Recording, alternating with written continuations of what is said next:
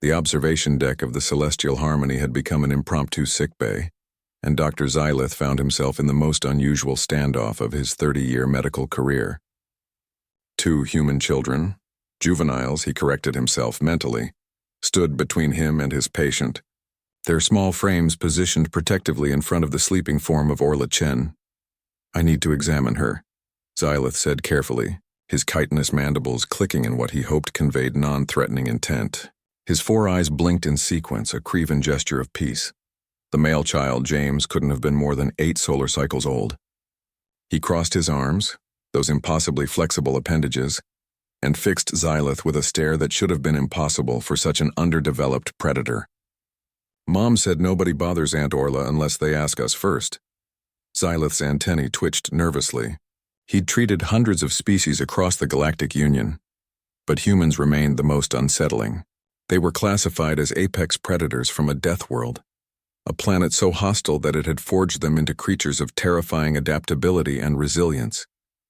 Adults were formidable enough, but the cubs were worse. They possessed all the protective instincts and territorial aggression of their adult counterparts, but lacked the social conditioning that made adult humans manageable in civilized space. And right now, these 2 particular cubs had decided that Orla was part of their pack. "I am a doctor," Xylith tried again, his translator rendering his words in the human language called English. "Orla has the Centauri flu. Without treatment, her condition could deteriorate." The female child, Emma, he recalled from the crew manifest, stepped forward. She was younger than James, perhaps 6 cycles, with the same unsettling binocular vision that allowed humans to judge distance with predatory precision. "You have to ask permission properly." Xylith had survived the Rexian campaigns, negotiated trade agreements with the militant Zorgoth Collective, and once performed emergency surgery during a reactor breach. Yet here he stood, being lectured on protocol by a being that barely reached his thorax. He lowered himself onto his hindmost legs, bringing his head closer to their level, a submissive posture among his people.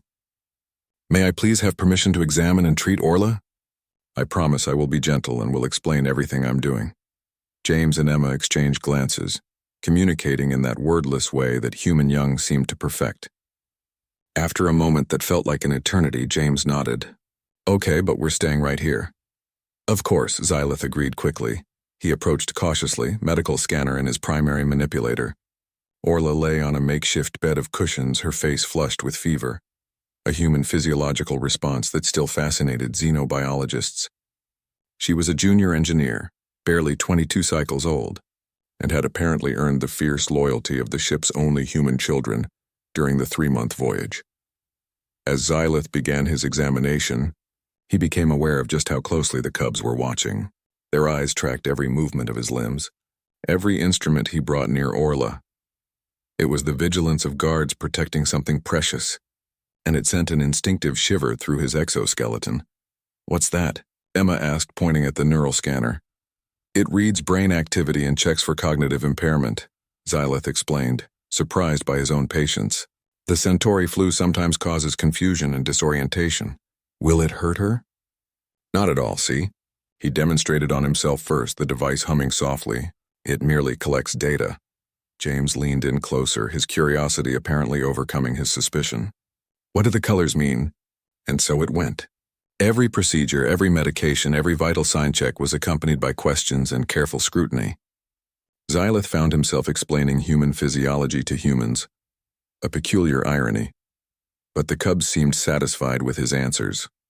When he needed to administer an injection, both children tensed visibly. Their pupils dilated, a predatory response he'd read about in xenopsychology journals. Their bodies coiled like compressed springs. "This will help her fever break," Xylith said steadily, showing them the hypospray. "It's the same medicine human doctors use. Would you like to verify the label?" James took the device, examined it with surprising thoroughness for a juvenile, then handed it back. "Okay." As Xylith administered the medication, Orla stirred slightly. Her eyes fluttered open, still glazed with fever. "James, Emma?" "We're here, Aunt Orla," Emma said immediately, taking Orla's hand. "The doctor's making you better." A weak smile crossed Orla's face. "My brave protectors," she murmured before sleep claimed her again. Over the next 2 hours, Xylith worked under the watchful eyes of his tiny guardians.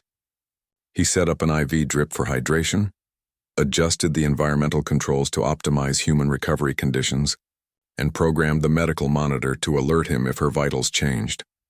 Throughout it all, James and Emma never left their posts.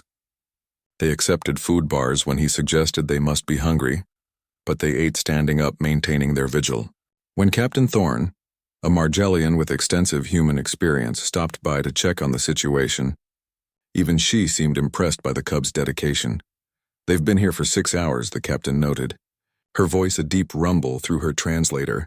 "Most human adults would have taken a break by now." "Pack bonding," Xylith observed, monitoring Orla's slowly improving vitals. "Humans form attachments across bloodlines. These juveniles have claimed her as family." "Terrifying creatures," Thorne said, though her tone carried a hint of admiration. "Imagine if the Vrexians had to fight human cubs instead of adults during the border conflicts." Xylith shuddered at the thought. Human adults followed rules of engagement, military protocols, and diplomatic conventions. The young followed only instinct and loyalty. As the night cycle deepened, Orla's fever finally broke. Her breathing steadied, and color began returning to normal levels. James and Emma visibly relaxed, though they still didn't leave. "She's going to be fine," Xylith announced. "The crisis has passed." "Thank you," James said, and the formality in his voice reminded Xylith that these were children raised on starships, learning diplomacy alongside basic education. "You did good work, Doctor." "Yeah," Emma added. "We're sorry we were scary at first." Xylith's antennae twitched in amusement. "You were merely being protective. That is admirable." As he gathered his equipment, preparing to leave Orla in the capable hands of her young guardians, Xylith reflected on the day's lesson. Throughout the galaxy, countless species feared humanity for their physical prowess, their adaptability, their refusal to surrender even in impossible situations.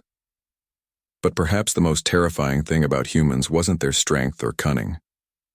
It was their capacity for loyalty, even in their youngest members. They formed bonds that transformed them from individuals into something greater: packs, families, crews that would stand between their loved ones and any threat, even if that threat was just a well-meaning doctor trying to help. "Computer," Xylith spoke into his comm as he walked down the corridor.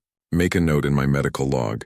When treating human patients, always obtain permission from any present cubs first. They may be small, but they are the fiercest guardians in the known galaxy." Behind him, through the observation deck window, he could see James and Emma finally settling down beside Orla's bed, their vigil complete. The predator cubs had done their job, and their pack member would survive.